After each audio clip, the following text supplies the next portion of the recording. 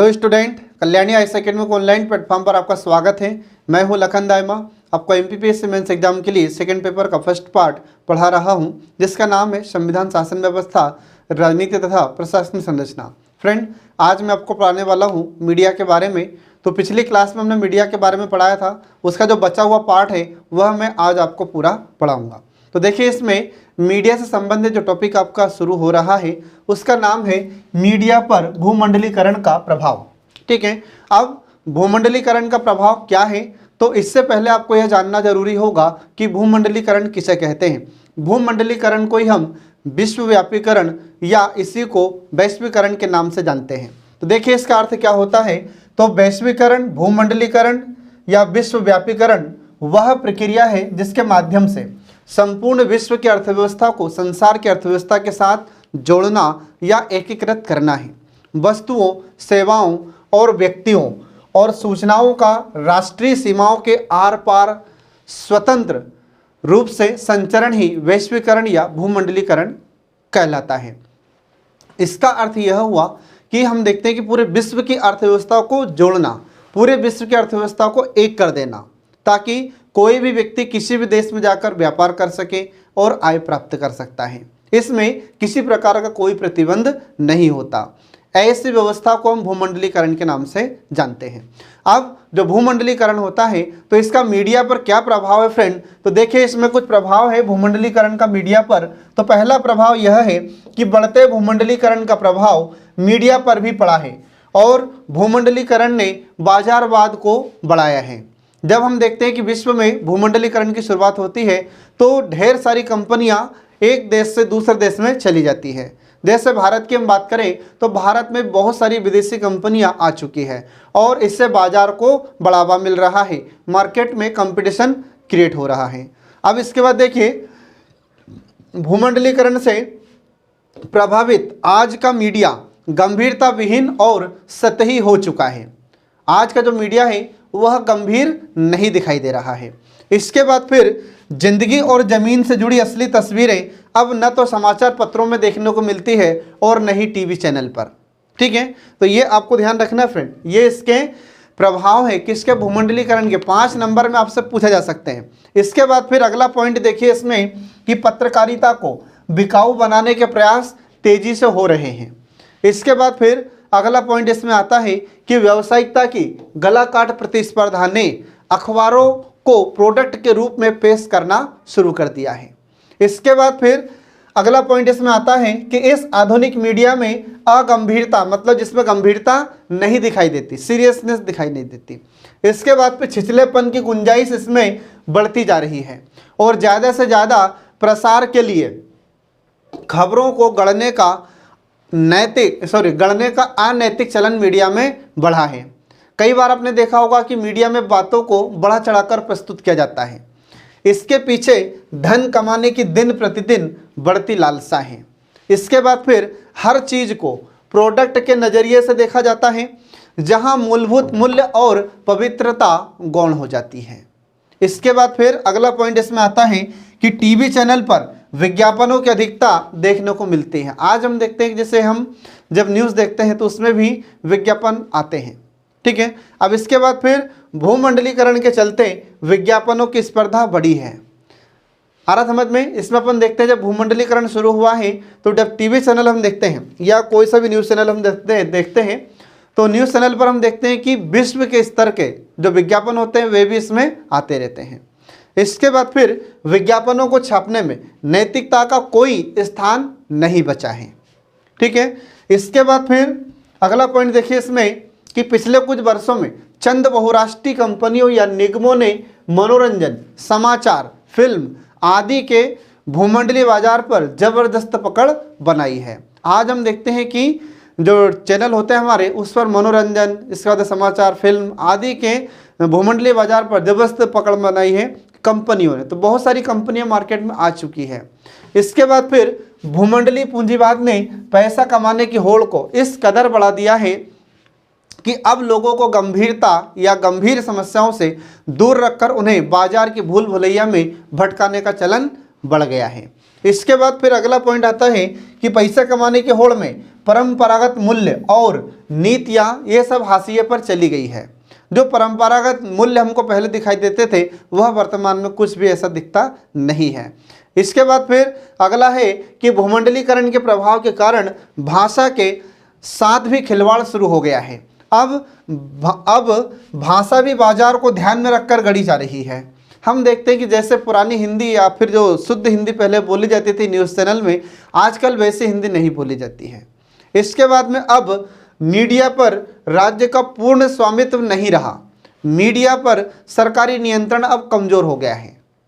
ठीक है, तो ये सब भूमंडलीकरण के प्रभाव है फ्रेंड, जो आपको याद रखना है। एग्जाम में आपसे 5 नंबर में यह क्वेश्चन पूछा जा सकता है। तो क्वेश्चन कैसे पूछेगा 5 नंबर में? तो क्वेश्चन पूछा जाएगा कि भूमंडलीकरण के कारण मीडिया पर प्रभाव कौन कौन से हुए हैं, तो उन प्रभाव को लिखिए। तो इस प्रकार से आपसे क्वेश्चन पूछे जाएंगे, तो आपको ये सब लिखना होगा। अब इसके बाद देखिए मीडिया की समस्याएं। तो मीडिया की समस्याएं कौन कौन सी हैं? तो पहला पॉइंट है इसमें कि मीडिया के खर्चों की पूर्ति करने के लिए विज्ञापनों की टीआरपी की बाध्यता का भी सुविचारित सिस्टम नहीं है। ये पहली समस्या है। आ रहा समझ में? आज हम देख रहे हैं कि वर्तमान में जो समस्या है, तो हर चैनल अपने अपने टीआरपी बढ़ाने में लगा हुआ है। इसके बाद जितनी टीआरपी बढ़ेगी उतना इनको इनकम भी मिलेगी। तो इसके कारण हर टीवी चैनल इसमें बातों को बढ़ा चढ़ाकर प्रस्तुत करते हैं, न्यूज़ चैनल वाले। इसके बाद फिर अगला पॉइंट आता है कि आधुनिक तकनीकों, सूचनाओं के आकार व प्रकृति में विस्तार तथा जनता को प्रभावित कर पाने की बढ़ती क्षमता ने मीडिया जगत को सामाजिक व राष्ट्रीय सेवा के बदले मात्र व्यापारिक गतिविधियों जैसा बना दिया है। इसके बाद फिर अगला पॉइंट आता है इसमें कि इंटरनेट आधारित सोशल साइट पर जनता के भारी भरकम प्रवेश से उभरती अफरा तफरी और सुरक्षात्मक चुनौतियों को निश्चित व्यवस्था न मिल पाने की समस्या भी उत्पन्न हुई है। इसके बाद फिर अगली समस्या देखिए इसमें कि अपराधी, व्यापारी, माफिया, राजनीतिक घोटालों या षड्यंत्रों में शामिल नेताओं द्वारा मीडिया क्षेत्र में घुसपैठ व लाइसेंस की प्राप्ति जैसी समस्याएं भी उत्पन्न हो रही है। इसके बाद फिर अगला पॉइंट आता है कि स्वयं मीडिया के द्वारा अपने लिए नियामक व कई अनुशासनात्मक मापदंडों वाली पारदर्शी व्यवस्था निर्मित न कर पाना, सरकारी क्षेत्रों से मिलने वाली सुविधाओं व रियायतों के लिए भी कोई निश्चित फ्रेमवर्क नहीं बनाया गया है और न ही कोई कानूनी उपाय उपलब्ध हैं। इसके बाद फिर अगला पॉइंट आता है इसमें कि मीडिया में प्रतिबद्ध पत्रकारों से ज़्यादा प्रभुत्व जो छद्म मीडिया होता है, तो छद्म मीडिया वालों का ज़्यादा प्रभुत्व है मीडिया के क्षेत्र में। ठीक है, ये आपको इसमें ध्यान रखना है। ये इसकी समस्याएं फ्रेंड जो एग्जाम में आपसे पूछे जा सकती है। तो 5 नंबर में आपसे पूछा जाएगा कि मीडिया की समस्याएं कौन कौन सी हैं। तो ये 5 नंबर में आपको ये समस्याएं आपको लिखना होगा जो हमने आपको बताए हैं। अब इसके बाद देखिए मीडिया की समस्याओं का समाधान।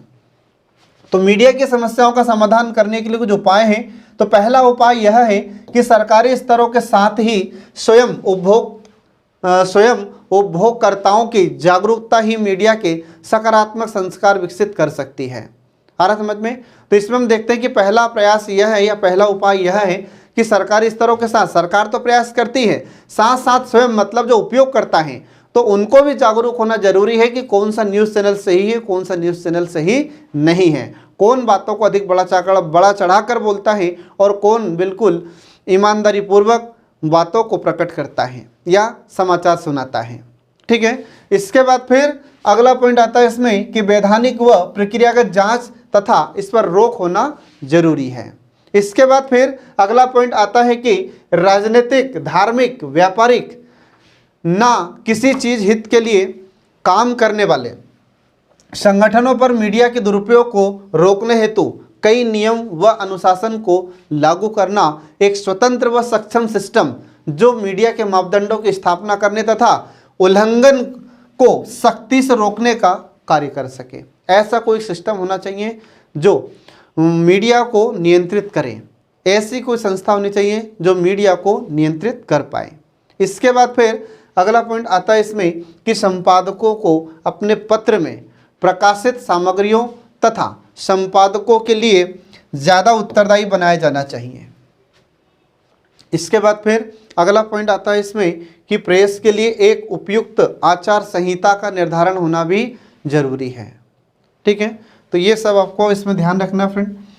इसके बाद फिर अगला पॉइंट इसमें आता है समाधान के लिए कि विवादित प्रकरणों की तेज गति से सुनवाई, जांच, निर्णय व सजा की व्यवस्था की जानी चाहिए। इसके बाद फिर अगला पॉइंट आता है कि मीडिया के आर्थिक लेन देन संचालन में पूर्णकालिक भागीदारी, सोशल मीडिया से जुड़े सामाजिक व सुरक्षा संबंधी खतरों पर समय समय पर समीक्षा की जानी चाहिए तथा आवश्यकता के अनुसार बदलाव के लिए व्यवस्था भी की जानी चाहिए। इसके बाद फिर अगला आता है कि बहुराष्ट्रीय क्षेत्राधिकार वाली जो सोशल साइट्स होती है, तो सोशल साइट्स के कारण देश की शांति, सामाजिक व्यवस्था और सुरक्षा से जुड़ी चिंताओं के मद्देनज़र सुरक्षात्मक तकनीकों व प्रशासनिक ढांचे का विकास भी किया जाना चाहिए। इसके बाद फिर पत्र पत्रिकाओं के पंजीयन की प्रक्रिया में बदलाव लाना चाहिए तथा उपयुक्त पृष्ठभूमि वाले व्यक्तियों को ही समाचार पत्रों तथा पत्रिकाओं के प्रकाशन का अधिकार देना चाहिए। ठीक है, तो ये सब आपको ध्यान रखना फ्रेंड। एग्जाम में अगर आपसे क्वेश्चन पूछा जाता है कि बताइए कि जो मीडिया की समस्या है उसके लिए समाधान बताइए, तो उसके समाधान से संबंधित ये पॉइंट आपको लिखने होंगे। 5 नंबर में आपसे क्वेश्चन पूछा जा सकता है। अब इसके बाद देखिए इसमें मीडिया के प्रकार, तो मीडिया के प्रकार कितने होते हैं, तो मुख्य रूप से मीडिया के 3 प्रकार होते हैं। कौन कौन से, तो पहला होता है इलेक्ट्रॉनिक मीडिया, दूसरा होता है प्रिंट मीडिया और तीसरा होता है सामाजिक मीडिया या सोशल मीडिया। ये 3 प्रकार इसके होते हैं। तो हो सकता है एग्जाम में आपसे क्वेश्चन पूछा जा सकता है 3 नंबर में कि मीडिया के प्रकार बताइए, तो मीडिया के 3 प्रकार आपको लिखना होगा। अब पहले इसमें शुरू करते हैं इलेक्ट्रॉनिक मीडिया। अब इलेक्ट्रॉनिक मीडिया क्या है, तो आज हम देखते हैं कि जो जनसंचार का माध्यम है यह इलेक्ट्रॉनिक तरीके से होने लगा है।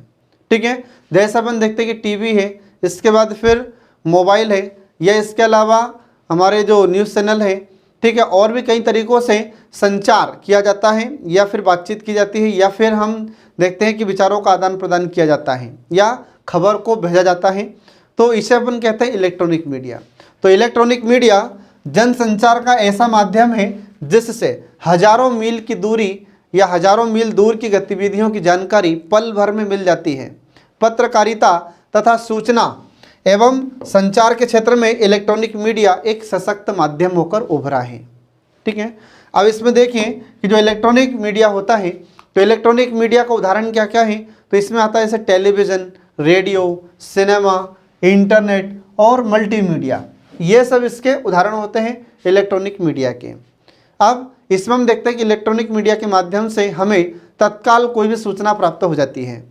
जैसे विदेश में भी अगर कोई घटना घटित होती है तो हमें टेलीविज़न के माध्यम से तुरंत उसके बारे में सूचना प्राप्त हो जाती है। ठीक है, अब इसका उद्देश्य क्या है इलेक्ट्रॉनिक मीडिया का, तो इसका उद्देश्य होता है कि केवल समाचार प्रसारित करना नहीं बल्कि मनोरंजन, इसके बाद में विचार विश्लेषण, इसके बाद समीक्षा, साक्षात्कार, घटना विश्लेषण, विज्ञापन और किसी न किसी सीमा तक समाज को प्रभावित करना है। ये इसका प्रमुख उद्देश्य होता है इलेक्ट्रॉनिक मीडिया का। ठीक है, अब इसके बाद में एक विद्वान, एक पत्रकार है जिनका नाम आपको ध्यान रखना है, तो वरिष्ठ पत्रकार जिनका नाम है मोहनदास नेमिश्रा के अनुसार, तो मोहनदास नेमिश्राम के अनुसार इन्होंने क्या कहा है मीडिया, इलेक्ट्रॉनिक मीडिया के बारे में, तो देखिए इन्होंने कहा है कि विशेष रूप से इलेक्ट्रॉनिक मीडिया से तात्पर्य ऐसी विधा से है जिसके माध्यम से नई तकनीक के द्वारा व्यक्ति देश विदेश की खबरों के अलावा अन्य जानकारी भी प्राप्त कर सकता है, ऐसे हम इलेक्ट्रॉनिक मीडिया कहते हैं। तो ये इन्होंने इलेक्ट्रॉनिक मीडिया की परिभाषा दी है। तो अगर आपसे 3 नंबर में क्वेश्चन पूछा जाता है कि इलेक्ट्रॉनिक मीडिया की परिभाषा लिखिए, तो आपको मोहनदास नेमिश्राम के अनुसार परिभाषा लिखना होगा। इसके बाद अब देखिए इलेक्ट्रॉनिक मीडिया में सर्वप्रथम हम शुरू करते हैं दूरदर्शन को। ठीक है, तो भारत में टेलीविज़न की शुरुआत कब होती है फ्रेंड्स, तो आपको याद रखना है कि भारत में टेलीविज़न की शुरुआत 15 सितंबर 1959 को दिल्ली में शुरू किया गया था दूरदर्शन को, ये आपको ध्यान रखना है। तो 3 नंबर में आपसे क्वेश्चन पूछा जा सकता है कि दूरदर्शन की शुरुआत कब हुई थी, तो ये डेट आपको याद रखना होगा। इसके बाद फिर भारत में रंगीन टीवी की शुरुआत कब होती है, तो रंगीन टीवी की शुरुआत 1980 में हुई थी, ये आपको ध्यान रखना फ्रेंड। इसके बाद 1982 में जब दिल्ली में एशियाई खेल या एशियाई गेम्स का आयोजन हुआ था तो उस समय इसका प्रसारण किया गया था। ठीक है, लेकिन ध्यान रहे कि यह प्रसारण चेन्नई से हुआ था। तो जो गेम्स हुए थे तो गेम हुए थे कहाँ पर, दिल्ली में, लेकिन इसका प्रसारण कहाँ से हुआ था, चेन्नई से हुआ था। मद्रास जो वर्तमान में है ये आपको ध्यान रखना होगा। ठीक है, तो आई होप इसको आप लोग अच्छे समझ गए होंगे। अब इसके बाद देखिए, आज इलेक्ट्रॉनिक मीडिया हर शहर, हर गांव, हर घर घर तक पहुंच चुका है और इसने भारत में लोकतंत्र को मजबूत करने में महत्वपूर्ण भूमिका निभाई है, जो आपको ध्यान रखना है। इसके बाद जो इलेक्ट्रॉनिक मीडिया होता है तो इलेक्ट्रॉनिक मीडिया के कारण कई सामाजिक राजनीतिक समस्याएं भी उत्पन्न हुई हैं। ठीक है, तो इन समस्याओं को पढ़ने से पहले हम आपको बताएंगे कि इलेक्ट्रॉनिक मीडिया की समाज में भूमिका क्या है, हमारे भारत में, विश्व में इसकी भूमिका क्या है। तो इलेक्ट्रॉनिक मीडिया की भूमिका देखिए अब आप। तो इलेक्ट्रॉनिक मीडिया की भूमिका में पहला पॉइंट आता है कि लोकतंत्र में जनता का अपने अधिकारों के प्रति जागरूक होना जरूरी है। आ रहा समझ में? वर्तमान समय में हम देख रहे हैं कि लोकतंत्र का ज़माना है और इस लोकतंत्र के दौर में जनता को अपने अधिकारों के प्रति जागरूक होना जरूरी है और जनता को अपने अधिकारों के प्रति जागरूक करने में जो महत्वपूर्ण भूमिका निभाता है वह है मीडिया। तो देखिए इसमें कि जागरूक जनता लोकतंत्र के सशक्तिकरण में महत्वपूर्ण भूमिका निभाती है। ठीक है, और अपने अधिकारों के प्रति जागरूक करने में मीडिया की महत्वपूर्ण भूमिका होती है, क्योंकि अगर मीडिया नहीं होगा तो जनता जागरूक नहीं हो सकती। उदाहरण के लिए हम लोग भी, अगर हम समाचार चैनल न देखें, समाचार पत्र न पढ़ें तो हम भी जागरूक नहीं रहेंगे। अगर व्यक्ति को जागरूक रहना है तो न्यूज़ चैनल अवश्य देखना चाहिए, समाचार पत्र पढ़ना चाहिए। इसके बाद फिर इलेक्ट्रॉनिक मीडिया विभिन्न प्रकार के प्रेरक कार्यक्रम चलाता है जिससे समाज के कमजोर वर्ग, हतोत्साहित एवं पीड़ित लोगों में आशा का संचार होता है तथा वे अपने अधिकारों के लिए लड़ पाते हैं। ठीक है, इसके बाद फिर अगली भूमिका इसकी होती है कि इलेक्ट्रॉनिक मीडिया जनता को उनके लोकतांत्रिक अधिकारों के प्रति जागरूक करता है तथा राजनीतिक रूप से उन्हें जागरूक बनाता है। तो जो इलेक्ट्रॉनिक मीडिया होता है मतलब हमारे न्यूज़ चैनल होते हैं, रेडियो होता है। ठीक है, ये क्या करता है तो ये लोगों को जागरूक करता है और राजनीति के लिए भी लोगों को जागरूक करता है। ठीक है, इसके बाद में समाज में व्यक्ति का राजनीतिक अधिकार क्या होता है, उसका सामाजिक अधिकार क्या है, ये सारे अधिकारों के प्रति मीडिया जागरूक करता है। इलेक्ट्रॉनिक मीडिया लोगों को जागरूक करता है। इसके बाद फिर इलेक्ट्रॉनिक मीडिया के द्वारा सरकार की योजनाओं का प्रचार प्रसार किया जाता है, जिस कारण दूर दराज के जो ग्रामीण क्षेत्र होते हैं, पर्वतीय क्षेत्र होते हैं, द्वीपीय क्षेत्र होते हैं, तो यहाँ तक भी सरकारी कार्यक्रमों के माध्यम से लोगों को सरकार की योजनाओं के बारे में जानकारी प्रदान की जाती है और फिर यहाँ के लोग सरकारी योजनाओं का लाभ आसानी से उठा पाते हैं।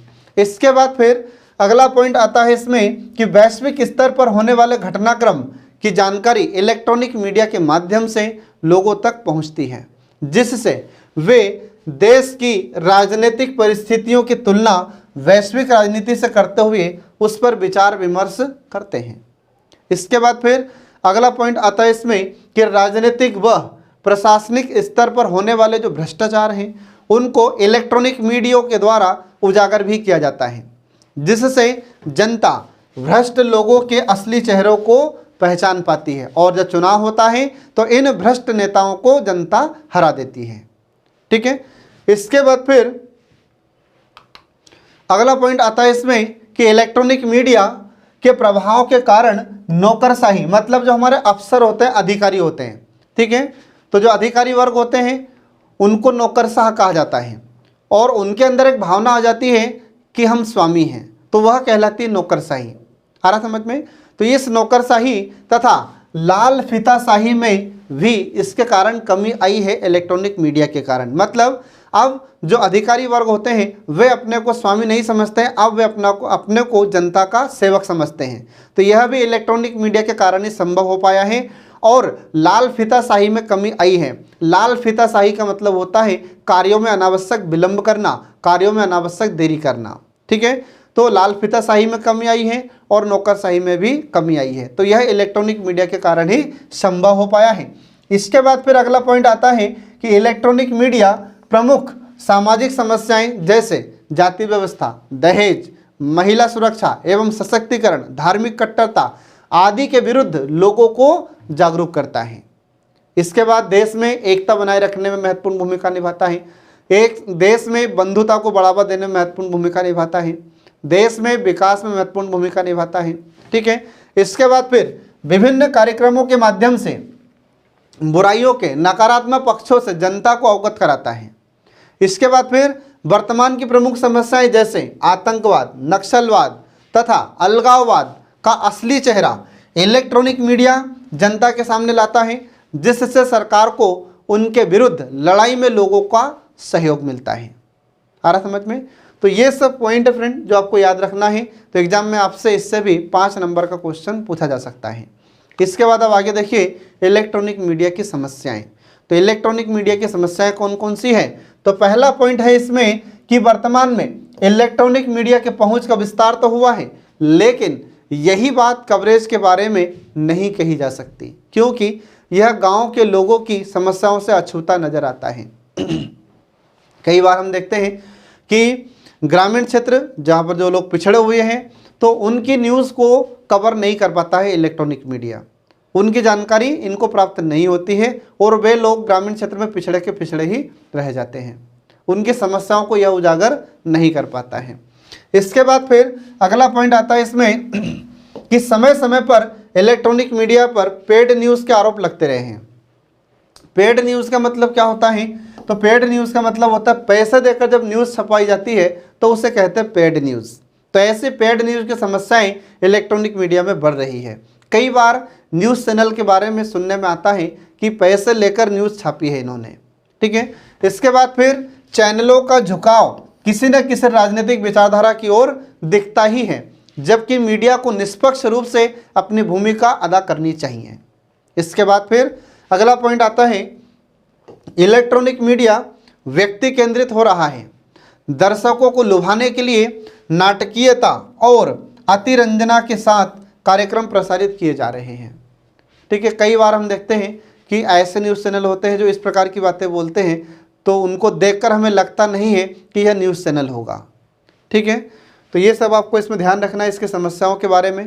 इसके बाद फिर अगला पॉइंट इसमें आता है कि बहुत से गंभीर मुद्दों जैसे किसानों की आत्महत्या, महिलाओं पर अत्याचार या अपराध पर इलेक्ट्रॉनिक मीडिया के द्वारा संवेदनशीलता नहीं बढ़ती जाती है, या ऐसे मामलों को दिखाने में ये कंजूसी भी करते हैं। कभी कभी ये देखने को मिलता है इसमें।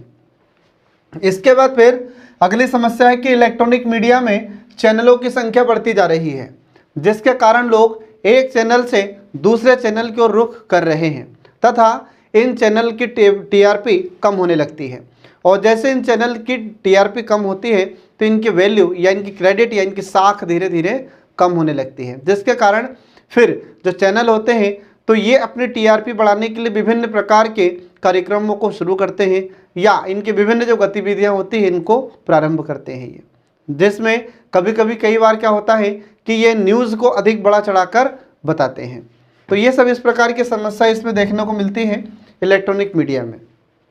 ठीक है फ्रेंड, तो ये आपको ध्यान रखना है। अब इसके बाद में अगला आता है प्रिंट मीडिया। अब प्रिंट मीडिया देश में चल रहे घटनाक्रम को जनमानस तक पहुंचाने और जनमत से सरकार को अवगत कराने का माध्यम होता है। समाचार पत्र एवं पत्रिकाएं ये सब किस में आते हैं? प्रिंट मीडिया में आते हैं। तो जनता के न केवल मनोरंजन का यह साधन होता है, बल्कि उनके व्यक्तित्व निर्माण में भी प्रिंट मीडिया महत्वपूर्ण भूमिका निभाता है। ठीक है। और प्रिंट मीडिया में याद रखिएगा समाचार पत्र, पत्रिकाएं ये सब आते हैं।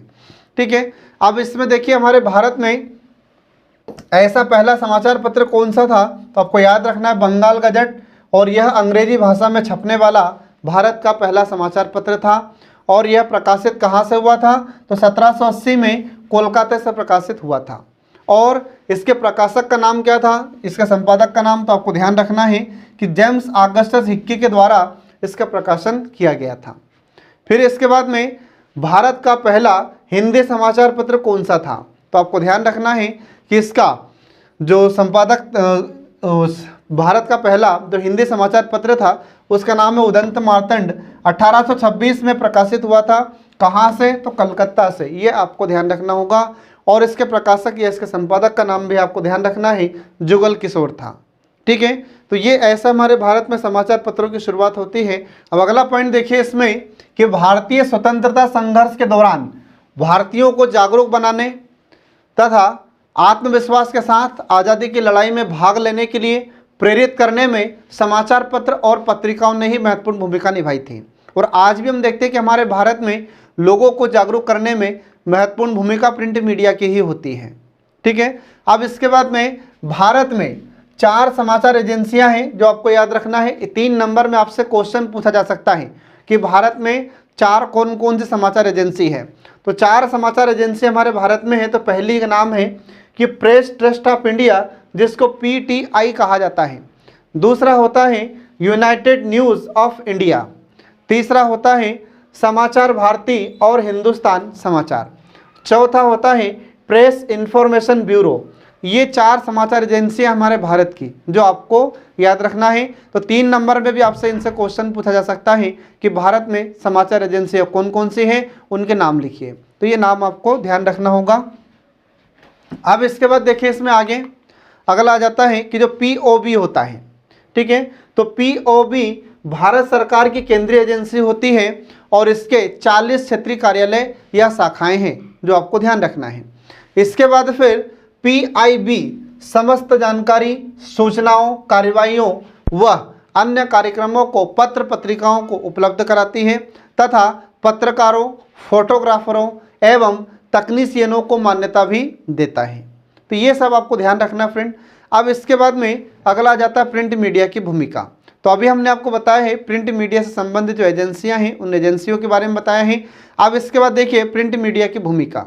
तो प्रिंट मीडिया की भूमिका क्या है, तो देखिए इसमें पहला पॉइंट आता है कि प्रिंट मीडिया आर्थिक गतिविधियों को बढ़ाने में सहायता करता है। पहला पॉइंट आपको ध्यान रखना है। इसके बाद फिर इस विज्ञापन के दौर में स्थानीय स्तर तक अपने उत्पादों को स्थानीय स्तर तक पहुंचाने के लिए व्यापारियों तथा प्रिंट मीडिया में उनका प्रचार किया जाता है। तो आज हम देखते हैं कि जो न्यूज़पेपर होते हैं उसमें विज्ञापन आते हैं। इसके बाद फिर जो मैगजीन होती है, पत्रिकाएं होती हैं, उनमें भी विज्ञापन आते हैं। इसके बाद फिर अगला पॉइंट आता है इसमें कि सरकार के द्वारा समस्याओं, आशाओं और आकांक्षाओं पर चिंतन मनन होते हैं, जिससे आम जनमानस संतुलित चिंतन मनन रचनात्मक विकास को बढ़ावा मिलता है। ये इससे लाभ मिलता है किसको, आम जनता को। इसके बाद फिर अगला पॉइंट आता है इसमें कि प्रिंट मीडिया जन जन को जोड़ने का कार्य करता है तथा समाज के जो विभिन्न वर्ग होते हैं उनमें आपसी समझ के भाव को विकसित करते हुए मेल जोल को संस्कृति के विकास में सहायक बनाता है।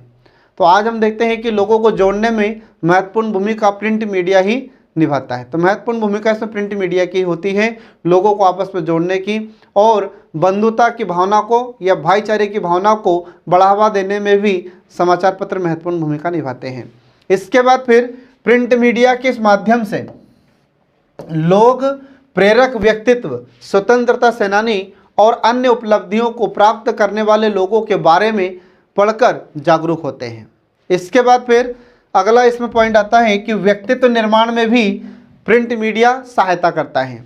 अगर व्यक्ति ईमानदारी से अगर पेपर पढ़े प्रतिदिन तो उसके व्यक्तित्व में बहुत परिवर्तन आ जाता है। ठीक है, उसकी जो शब्द भंडार की क्षमता होती है वह बढ़ती है और उसकी भाषा शैली में भी परिवर्तन होता है। इसके बाद फिर अगला पॉइंट आता है राजनीतिक समाचार पत्र द्वारा अन्याय, शोषण, अत्याचार, भ्रष्टाचार को उजागर और समाज की वास्तविकताओं से लोगों को अवगत कराया जाता है। ठीक है, तो ये प्रिंट मीडिया की महत्वपूर्ण भूमिका है फ्रेंड, जो आपको याद रखना है। एग्जाम में आपसे 5 नंबर में इससे क्वेश्चन पूछा जा सकता है। ठीक है, अगला पॉइंट देखिए फ्रेंड इसमें कि प्रिंट मीडिया सामाजिक चेतना को बढ़ाने में महत्वपूर्ण भूमिका निभाता है, क्योंकि समाचार पत्रों में केवल सूचना ही नहीं होती बल्कि लेखों में उनका विश्लेषणात्मक वर्णन भी होता है।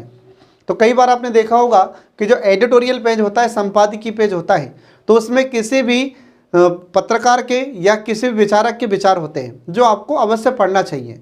उससे हमारी भाषा शैली में सुधार होता है।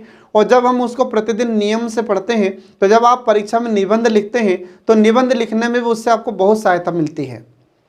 ठीक है, तो आप संपादकीय पेज को अवश्य पढ़ें। अब इसके बाद देखिए प्रिंट मीडिया की समस्याएं। तो प्रिंट मीडिया की समस्याएं कौन कौन सी है, तो इसकी समस्या देखिए, पहला पॉइंट कि समाचार पत्रों में न सिर्फ विचारों का अभाव है बल्कि उसके विपरीत उसमें फिल्मों, लजीज व्यंजन और अश्लील व अनर्गल ऐसे तमाम सामग्री उसमें प्रकाशित की जाती है जो मनुष्य के जीवन में कोई मतलब की नहीं होती या मनुष्य के जीवन से उसका कोई संबंध नहीं होता है। इसके बाद फिर अगला पॉइंट आता है इसमें कि आज पत्रकारिता के उद्देश्यों में भटकाव आ रहा है। आम आदमी की रिपोर्ट के स्थान पर क्रिकेट, सेलिब्रिटी की निजी जिंदगी, गलत बयानबाजी आदि की महत्ता उसमें बढ़ती जा रही है। तो कई बार आपने देखा होगा जो सेलिब्रिटी होते हैं उसका पूरा जीवन परिचय लिख देते हैं, तो उसका क्या मतलब है। ठीक है, तो ये समस्या है इसकी प्रिंट मीडिया की। अब इसके बाद फिर अगला आता है कि प्रिंट मीडिया की तटस्थता में भी कमी आई है। प्रिंट मीडिया व्यापारिक घरानों के प्रभाव में आ गया है। तटस्थ रहकर मतलब न्यूट्रल होकर, ईमानदार रहकर मीडिया आजकल काम नहीं कर रहा है। ये किसी व्यापारिक घराने के प्रभाव में आ जाता है और जो व्यापारिक घराना होता है उसको जितना पैसा देता है उसके हिसाब से न्यूज छाप देता है मीडिया।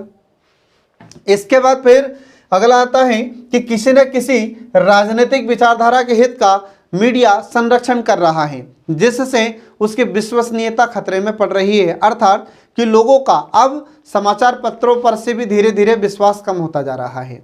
इसके बाद फिर प्रिंट मीडिया आज एक उत्पाद बन गया है जिसके अखबारों के पन्ने तो रंगीन होते जा रहे हैं, लेकिन उसमें विचार शून्यता भी स्पष्ट हमें दिखाई देती है। तो ये सब इसके प्रिंट मीडिया की समस्याएं फ्रेंड जो आपको याद रखना होगा। अब इसके बाद देखिए इसमें सामाजिक मीडिया या सोशल मीडिया। अब सोशल मीडिया क्या है, तो आप इसमें देखते हैं कि इंटरनेट के माध्यम से इसका उपयोग किया जाता है सोशल मीडिया का, और इसमें समाज के जितने भी वर्ग होते हैं या विभिन्न लोगों के द्वारा इसमें अपने अपने विचारों को व्यक्त किया जाता है, तो इसे हम सोशल मीडिया के नाम से जानते हैं। अब इसके बाद देखिए कि जो सोशल मीडिया होता है, तो सोशल मीडिया अन्य पारंपरिक तथा सामाजिक तरीकों से कई प्रकार से भिन्नता रखता है। तो इसके तत्व होते हैं जो आपको ध्यान रखना है कि जो सोशल मीडिया होता है तो इसके कुछ तत्व हैं। तो पहला तत्व होता है इसमें पहुंच, दूसरा आवृत्ति, तीसरा प्रयोज्य, चौथा ताजगी और पांचवा होता है स्थायित्व। तो ये इसके 5 तत्व होते हैं। मतलब सोशल मीडिया तक आम आदमी की पहुंच होती है, आवृत्ति मतलब बार बार उससे या सोशल मीडिया तक जब बार बार उसकी पहुंच होती है, प्रयोज्य मतलब एक योजना के तहत कोई विचार व्यक्त कर सकता है, ताजगी जब व्यक्ति सोशल मीडिया पर कोई भी बातचीत करता है, कोई विचार व्यक्त करता है तो अपने आप को वह ताज़ापन महसूस करता है या फिर अपना माइंड फ्रेश उससे करता है व्यक्ति सोशल मीडिया पर कुछ समय के लिए किसी अपने संबंधी या फिर जो भी उसका रिश्तेदार होता है, दोस्त होता है, उससे बातचीत करने के बाद वह अपने आप को अच्छा महसूस करता है। इसके बाद में उसमें स्थायित्व रहता है, मतलब कुछ समय तक लगातार सोशल मीडिया पर वह अपना समय व्यतीत करता रहता है, अपने दोस्तों से, सगे संबंधियों से, रिश्तेदारों से बातचीत करता है, अपने विचारों को व्यक्त करता है। अब इसके बाद में जो सोशल मीडिया होता है, तो सोशल मीडिया के कई रूप होते हैं, जैसे इंटरनेट फोरम होता है, वेब ब्लॉग होता है, सामाजिक ब्लॉग होता है, इसके बाद में माइक्रो ब्लॉगिंग होता है, इसके बाद विकीज होता है, फेसबुक, इंस्टाग्राम, ट्विटर, इसके बाद फिर व्हाट्सएप। इंस्टाग्राम, फेसबुक, ट्विटर आजकल लोग इनका इस्तेमाल ज़्यादा करते हैं। ठीक है, फेसबुक ने एक सर्वे किया था और उस सर्वे में पाया कि जो इंटरनेट प्रयोक्ता होते हैं ये अन्य साइट्स की अपेक्षा जो सोशल मीडिया होता है या जो सोशल साइट्स होती है इन पर अपना समय ज़्यादा व्यतीत करते हैं। तो कई बार आपने देखा होगा फेसबुक पर, इंस्टाग्राम पर सब लोग अपने अपने कोई वीडियो डाल रहा है, कोई फोटो डाल रहा है, कोई अपने अपने विचार व्यक्त कर रहा है। ठीक है, इसके बाद फिर जो सोशल नेटवर्किंग, तो सोशल नेटवर्किंग साइट्स सूचना एवं संचार का एक सबसे सशक्त आधुनिक जरिया है और इसके माध्यम से लोग अपनी बात बिना किसी रोक टोक के रख पाते हैं या बिना किसी रोक टोक के अपने विचारों को व्यक्त करते हैं। इसके बाद फिर अगला पॉइंट आता है इसमें कि सोशल मीडिया एक ऐसा मंच होता है जिस पर लोग अपने विचारों को निर्बाध रूप से रख सकते हैं और वर्तमान में पूरे विश्व में सोशल मीडिया एक जाल सा फैला हुआ है कि कोई भी खबर पल भर में लोगों तक पहुंच जाती है। और आज के समय में जिस व्यक्ति के पास भी एंड्रॉयड मोबाइल है, हर व्यक्ति इस सोशल मीडिया का उपयोग कर रहा है, सोशल साइट का उपयोग कर रहा है। इसमें फेसबुक, इंस्टाग्राम, व्हाट्सएप, इनका उपयोग व्यक्ति जरूर करता है। इसके बाद देखिए सामाजिक मीडिया की भूमिका। तो जो सोशल मीडिया होता है इसकी भूमिका क्या है, तो इससे संबंधित पहला पॉइंट आता है कि यह न केवल शहरों तक सीमित है बल्कि इसका प्रसार दूर दराज के क्षेत्र, ग्रामीण क्षेत्र तक भी इसकी पहुंच हो चुकी है। इसके बाद फिर सोशल मीडिया ने लोगों तक सूचना पहुंच को अत्यंत आसान बना दिया है। किसी भी प्रकार की खबर लोगों तक मोबाइल पर क्लिक करते ही पहुंच जाती है और इस पर लोगों का जुड़ाव तीव्र गति से बढ़ रहा है। इसके बाद फिर इस प्रकार सोशल मीडिया सकारात्मक भूमिका निभा रहा है, जिसको कुछ बिंदुओं से हम स्पष्ट कर रहे हैं। तो कौन कौन से इसकी महत्वपूर्ण भूमिका है, तो देखिए इसमें इसका पहला पॉइंट आता है कि विभिन्न कंपनियां तथा व्यापारी अपने व्यापार को बढ़ाने के लिए तथा अपने कर्मचारियों से जुड़ाव के लिए सोशल मीडिया का भरपूर प्रयोग कर रहे हैं। आज आप देख रहे हैं कि ऑनलाइन काम चल रहा है सब, ठीक है। कुछ कंपनियां जो ऑनलाइन एडवर्टाइजमेंट करती है फेसबुक पर, इंस्टाग्राम पर, जैसे एक मीशो कंपनी का नाम सुना होगा, ठीक है। मीशो के अलावा और भी ढेर सारी कंपनियां हैं जो अपने प्रोडक्ट को एडवर्टाइज करती है इन सोशल साइट पर। तो बहुत सारे व्यापारी वर्ग होते हैं, तो व्यापारी वर्ग भी अपने व्यापार को बढ़ाने के लिए इन सोशल साइट का उपयोग करते हैं, सोशल मीडिया का उपयोग कर रहे हैं। इसके बाद फिर अगला आता है कि सोशल मीडिया पर ज़्यादा से ज़्यादा मार्केटिंग की जा रही है तथा कंपनियां सोशल ग्रुप बनाकर मैनेजमेंट स्तर तक की सूचनाएं एवं निर्देश अपने कर्मचारियों तक तीव्र गति से पहुंचा रहे हैं। इसके बाद फिर वर्तमान में विभिन्न राज्यों के मुख्यमंत्री तथा प्रधानमंत्री कार्यालय व सरकार के विभिन्न विभाग भी सोशल मीडिया प्लेटफॉर्म से जुड़े हुए हैं। इसके बाद फिर अगला पॉइंट आता है कि जिसके कारण कोई भी आम आदमी अपनी बात को उच्च स्तर तक आसानी से पहुंचा सकता है, तुरंत पहुंचा सकता है, शीघ्रता से पहुंचा सकता है और अपनी समस्या का समाधान आसानी से कर सकता है।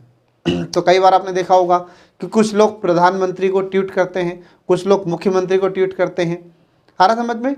तो ये सब आपको ध्यान रखना है फ्रेंड। अब इसके बाद देखिए अगला पॉइंट इसमें आता है कि जनता इसके माध्यम से यह जान पाती है कि उसके क्षेत्र के प्रतिनिधि कितने जागरूक हैं और वे स्थानीय मुद्दों को बढ़ाते हैं या नहीं बढ़ाते हैं। इसके बाद फिर स्थानीय स्तर की घटनाएं या कोई स्थानीय मुद्दा जब सोशल मीडिया में चर्चित होकर सरकार तक पहुंचता है तो सरकार उस पर तुरंत कार्रवाई करती है, तुरंत सरकार उसको अपने संज्ञान में लेती है और तुरंत उस पर कार्रवाई प्रारंभ करती है। इसके बाद फिर इसके माध्यम से मतलब सोशल मीडिया के माध्यम से सरकारी योजनाओं, नीतियों, सरकार की कमियों से जनता शीघ्र वाकिफ हो जाती है, जिस कारण जनता जागरूक होती है, ठीक है, जनता जागरूक होती है और लोकतंत्र इससे मजबूत होता है। तो आज हम देख रहे हैं कि जो सोशल साइट होती है इससे तुरंत जानकारी पहुंच जाती है लोगों तक। कोई भी व्यक्ति अगर कोई भी एक अपना मैसेज उस पर सेंड करता है तो तुरंत बहुत सारे लोगों को पता चल जाता है। इसके बाद फिर अगला आता है कि जनता से सरकार का जुड़ाव तथा सरकार की जनता तक पहुंच तीव्र गति से बढ़ रही है। लोग विश्व में होने वाले घटनाक्रम को तुरंत जान सकते हैं तथा इसके माध्यम से खुले तौर पर खबरों की खोज तथा उनका प्रेषण भी हो जाता है। तो ये सब पॉइंट आपको ध्यान रखना फ्रेंड। आपने देखा हो कई बार जैसे इंस्टाग्राम में, फेसबुक है, इस पर अगर कोई भी मैसेज अगर कोई भी डालता है तुरंत वो वायरल हो जाता है, लोगों तक पहुंच जाता है, ठीक है। इसके बाद फिर अब देखिए सामाजिक मीडिया या सोशल मीडिया की समस्याएं। तो इसकी समस्याएं कौन कौन सी है, तो पहली समस्या देखिए कि सोशल मीडिया सामाजिक तनाव और अशांति पैदा कर सकता है। कोई भी व्यक्ति इसका प्रयोग किसी भी व्यक्ति, वर्ग, समुदाय, पंथ, धर्म या समाज के प्रति नफरत फैलाने और संदेह पैदा करने के लिए भी कर सकता है। सोशल मीडिया के माध्यम से अगला पॉइंट देखिए इसमें कि सोशल मीडिया के माध्यम से आतंकवादी अपने मंसूबों को पूरा करना चाहते हैं। ये युवाओं को भड़काते हैं और इसी के चलते ISIS, ठीक है, ISIS में भर्ती होने के लिए कई देशों से युवा इराक पहुंच गए थे। इसके बाद फिर स्थानीय स्तर पर होने वाली छोटी सी घटना को असामाजिक तत्व सोशल मीडिया पर बढ़ा चढ़ाकर दिखाते हैं तथा उसको सांप्रदायिक रंग देकर भड़काते हैं। तो ये सब समस्याएं इसके सोशल मीडिया की जो आपको ध्यान रखना है, और 5 नंबर में भी इससे क्वेश्चन पूछा जा सकता है। इसके बाद फिर अगला पॉइंट आता है इसमें कि वर्ष 2013 में यूपी के मुजफ्फरनगर में हुए सांप्रदायिक दंगों के पीछे सोशल नेटवर्किंग साइट्स का ही हाथ था। इसके बाद फिर सोशल मीडिया के दुरुपयोग का खामियाजा क्षेत्र विशेष के लोगों को भी भोगना पड़ता है या उठाना पड़ता है। जैसे फेसबुक, व्हाट्सएप और दूसरे माध्यमों से ऐसी अफवाह फैलाई जाती है या फैलाई गई और धमकियां दी गई कि उत्तर पूर्व के लोग भारत के कोनों कोने से अपने मूल राज्यों में लौटने को मजबूर हो गए थे। ठीक है, तो ये सब इसकी समस्याएं हैं। तो जितना हमको फ़ायदा होता है, लाभ होता है, उतने ही हमको इन सोशल साइट से हानियाँ भी हो रही है। लेकिन ज़रूरत इस बात की है कि व्यक्ति इनका दुरुपयोग न करे, व्यक्ति इनका सदुपयोग करे। ठीक है, तो ये सब आपको ध्यान रखना फ्रेंड। अब इसके बाद में देखिए कि जो मीडिया है, इस मीडिया को नियंत्रित करने के लिए कुछ संस्थाएं हमारे भारत में कार्य कर रहे हैं, कुछ संगठन कार्य कर रहे हैं, कुछ तंत्र कार्य कर रहे हैं। तो देखिए इसमें मीडिया का नियामक तंत्र, तो मीडिया को नियंत्रित करने के लिए कुछ तंत्र, कुछ संस्थाएं हमारे भारत में काम कर रही है। उसमें पहली संस्था ऐसी है केंद्रीय फिल्म प्रमाणन बोर्ड। तो केंद्रीय फिल्म प्रमाणन बोर्ड, इसको पहले सेंसर बोर्ड के नाम से जाना जाता था। ठीक है, इसकी स्थापना कब होती है? तो इसकी स्थापना 1952 में 1952 में हुई थी। और यह किस प्रकार का संगठन है? तो यह सरकारी संगठन है फ्रेंड, जो आपको याद रखना होगा। इसका मुख्यालय कहाँ पर है? तो इसका मुख्यालय है बॉम्बे या बम्बई, भारत में आता है। इसका अध्यक्ष वर्तमान में है, जो आपको ध्यान रखना है। तो इसके अध्यक्ष वर्तमान में प्रसून जोशी है। तो इसको अपडेट करके आपको याद रखना होगा, क्योंकि हो सकता है कि मैं आपको यहाँ पर अभी बता रहा हूँ कि इसके अध्यक्ष प्रसून जोशी है, लेकिन हो सकता है कि आने वाले समय में बदल जाए। तो आपको अपडेट करके हमेशा याद रखना होगा। इसके बाद इसमें अन्य सदस्य कितने होते हैं? तो इसमें 25 अन्य सदस्य होते हैं फ्रेंड, जो आपको याद रखना होगा। ठीक है, अब जो रेडियो चैनल होते हैं, तो रेडियो चैनल उसी कार्यक्रम और विज्ञापन संहिता का पालन करते हैं जिसका पालन ऑल इंडिया रेडियो के द्वारा किया जाता है। ठीक है, इसके बाद फिर आगे देखिए इसमें कि जो केंद्रीय फिल्म प्रमाणन बोर्ड होता है, तो टेलीविज़न पर प्रसारण सामग्री को विनियमित करने के लिए कार्यक्रम और विज्ञापन संहिताएं केवल टेलीविज़न नेटवर्क अधिनियम 1995 के तहत जारी की गई है। ये सब आपको ध्यान रखना होगा। इसके बाद फिर भारतीय विज्ञापन मानक परिषद ASCI ने भी विज्ञापन की सामग्री पर दिशा निर्देश तैयार किए हैं। अब इस केंद्रीय फिल्म प्रमाणन बोर्ड का कार्य क्या है? तो इसका कार्य देखिए इसमें कि फिल्मों और टीवी शो आदि की सामग्री को नियंत्रित करना इसका प्रथम कार्य होता है। अगला कार्य है इसका कि ये जो सेंसर बोर्ड होता है, यह केंद्रीय प्रमाणन बोर्ड होता है। तो यह संगठन भारत में प्रदर्शित होने वाली विभिन्न श्रेणियों की जो फिल्में होती हैं उनको प्रमाण पत्र जारी करता है। जब तक यह बोर्ड अनुमति नहीं देता है तब तक भारत की फिल्म हो चाहे कोई विदेशी फिल्म हो, देसी फिल्म हो चाहे विदेशी फिल्म हो, इनको सार्वजनिक रूप से प्रदर्शित नहीं किया जा सकता, इनका प्रदर्शन नहीं किया जा सकता। ठीक है, तो जब तक किसी भी फिल्म को यह सर्टिफिकेट नहीं देगा, जब तक ये अनुमति नहीं देगा, तब तक वह फिल्म रिलीज नहीं हो सकती। ये इसका प्रमुख कार्य है जो आपको ध्यान रखना है। यह आपसे 3 नंबर में भी पूछा जा सकता है और 5 नंबर में भी आपसे क्वेश्चन इससे पूछा जा सकता है। तो जैसा आपसे क्वेश्चन पूछे वैसा आपको आंसर लिखना होगा। अब इसके बाद देखिए इसमें भारतीय प्रेस परिषद, जिसको हम PCI के नाम से जानते हैं। अब इसके बाद देखिए इसकी स्थापना कब होती है? तो इसकी स्थापना 4 जुलाई 1966 को हुई थी। और इसका मुख्यालय कहाँ पर है फ्रेंड? इसका मुख्यालय है दिल्ली में, जो आपको याद रखना होगा। इसके बाद फिर यह भारत में प्रेस के विनियमन के लिए एक शीर्ष निकाय होता है। फिर इसके बाद में प्रेस काउंसिल एक्ट 1978 के द्वारा स्थापित भारतीय प्रेस परिषद समाचार पत्रों, जर्नल, पत्रिकाओं और मीडिया के अन्य रूपों को विनियमित करने के लिए एक सांविधिक निकाय है, मतलब हमारी संसद के द्वारा इसे स्थापित किया गया है। इसके बाद इसे सरकार के द्वारा स्वायत्तता प्राप्त है, ये आपको ध्यान रखना है। अपने कार्यों के लिए, अपने कार्य करने के लिए स्वतंत्र है। इसके बाद फिर यह भारत में प्रिंट मीडिया के लिए पेशेवर मानकों को निर्धारित करती है और उन्हें लागू करने वाले नियामक के रूप में भी कार्य करती है, लेकिन दिशा निर्देशों के उल्लंघन की दशा में उन्हें दंडित करने की शक्ति इस परिषद के पास नहीं है। ठीक है, तो ये आपको इसमें ध्यान रखना होगा फ्रेंड। एग्जाम में आपसे क्वेश्चन इससे पूछा जा सकता है। तो 3 नंबर में भी पूछा जा सकता है और 5 नंबर में भी आपसे पूछा जा सकता है। इसके बाद देखिए पत्र सूचना कार्यालय। और जो पत्र सूचना कार्यालय होता है तो उसको शॉर्ट फॉर्म में हम PIB कहते हैं। इसकी स्थापना कब होती है? तो इसकी स्थापना 1919 में हुई थी, जिसका मुख्यालय नई दिल्ली में है। इसके बाद फिर भारत सरकार की नीतियों, कार्यक्रमों, पहलों व उपलब्धियों के बारे में समाचार पत्रों तथा इलेक्ट्रॉनिक मीडिया को सूचना देने वाली एक प्रमुख एजेंसी है, जो आपको याद रखना होगा। इसके बाद फिर अगली एजेंसी का नाम आता है, यह अगला तंत्र है जिसका नाम है न्यूज़ ब्रॉडकास्टिंग स्टैंडर्ड अथॉरिटी।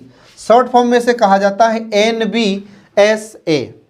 ठीक है, अब ये क्या है, कब इससे स्थापित किया गया? तो देखिए इसमें तो भारत में कुछ निजी चैनल हैं, तो कुछ निजी चैनलों ने मिलकर स्वयं ही एक news broadcasting standards authority of India का गठन किया है। इसके बाद फिर यह ब्रॉडकास्टर्स एसोसिएशन के द्वारा स्थापित एक स्वतंत्र निकाय है, जो आपको ध्यान रखना फ्रेंड। इसके बाद फिर इसकी अध्यक्षता किसके द्वारा की जाती है? तो इसकी अध्यक्षता जो प्रसिद्ध कानूनविद होते हैं उनके द्वारा इसकी अध्यक्षता की जाती है। अब देखिए फ्रेंड इसके कार्य क्या है। तो कार्य में देखिए, तो पहला कार्य यह है कि प्रसारण के बारे में शिकायतों पर विचार करना और उन पर निर्णय करना, ये इसका प्रथम कार्य है। दूसरा कार्य यह है कि इसके द्वारा आचार संहिता और प्रसारण मानक निर्धारित किए जाते हैं, जिसके उल्लंघन की दशा में शिकायत भी दर्ज की जा सकती है। इसके बाद फिर अगला कार्य है इसका कि जो दिशा निर्देशों के स्वरूप में मानकों को भी जारी करता है। इसके बाद में यह या NBSA को चेतावनी देने, सलाह देने, इसके बाद फिर निंदा करने, अस्वीकृति व्यक्त करने और संहिता के उल्लंघन के लिए प्रसारक पर 1 लाख रुपए तक की राशि का जुर्माना करने की भी शक्ति प्रदान की गई है इसे। और यदि कुछ अनुचित होता है तो सरकार के द्वारा भी कदम उठाया जा सकता है और चैनल को दंड दिया जा सकता है। ठीक है, जैसे 1 दिन के लिए चैनल का प्रसारण बंद करना या 1 से भी ज़्यादा दिन के लिए उसका प्रसारण रोका जा सकता है। तो ये सब कार्य करता है यह तंत्र, जो आपको याद रखना है। इसके बाद फिर अगला आता है ब्रॉडकास्टिंग या ब्रॉडकास्टिंग कंप्लेंट काउंसिल, जिसको हम शॉर्ट फॉर्म में BCC कहते हैं। तो जून 2011 में इंडियन ब्रॉडकास्टिंग फाउंडेशन IBF द्वारा स्थापित BCCC non news general entertainment चैनलों के लिए एक स्वतंत्र व स्वनिकाय होता है। यह सूचना एवं प्रसारण के द्वारा BCC के स्वनियामक अधिदेश को तर्कसम्मत मान्यताएं दी गई हैं और जो इसके द्वारा प्राप्त शिकायतों को परिषद के विचारार्थ भी भेज सकती है। ठीक है, तो इसको भी आपसे 3 नंबर में आपसे क्वेश्चन पूछा जा सकता है कि BCCC या ब्रॉडकास्टिंग कंप्लेंट काउंसिल के बारे में लिखिए। तो इससे 3 नंबर में क्वेश्चन पूछा जा सकता है। और इससे पहले हमने जो आपको बताया NBSA, उससे 3 नंबर से और 5 नंबर के क्वेश्चन भी पूछे जा सकते हैं। ठीक है, तो ये जो टॉपिक था मीडिया का, इससे 3 नंबर के क्वेश्चन भी पूछे जा सकते हैं, 5 नंबर के पूछे जा सकते हैं और 11 नंबर के क्वेश्चन भी आपसे पूछे जा सकते हैं। तो जैसा आपसे क्वेश्चन पूछा जाए वैसा आपको आंसर लिखना होगा। ठीक है फ्रेंड, तो इसी के साथ यह हमारा मीडिया का टॉपिक समाप्त हो जाता है। अब नेक्स्ट वीडियो में हम आपको पढ़ाएंगे इकाई 4। ठीक है, तो जल्द ही आपके लिए हम इकाई 4 का वीडियो लेकर प्रस्तुत होंगे। तब तक के लिए नमस्कार।